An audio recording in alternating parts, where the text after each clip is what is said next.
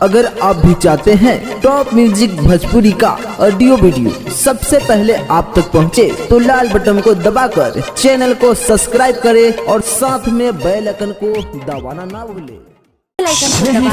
भोजपुरी की शानदार प्रस्तुति।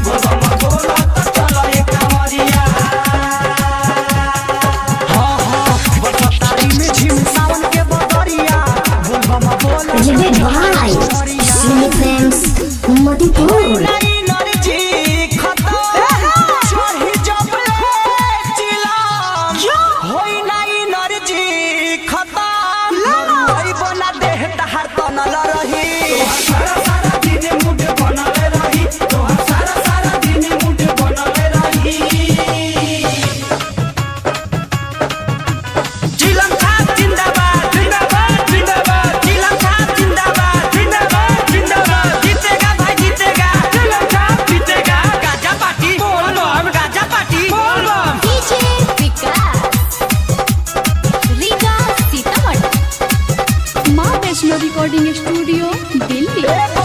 झुमया नाच हिलावा तू कमरिया, परदेसी पिया कब थकी ना शरीरिया, पिया परदेसी कब थकी ना शरीरिया। आप सुन रहे हैं स्नेही फिल्म्स भोजपुरी को। जे विकास तो हर थकी ना शरीरिया। निर्मल जोगेश आला छोड़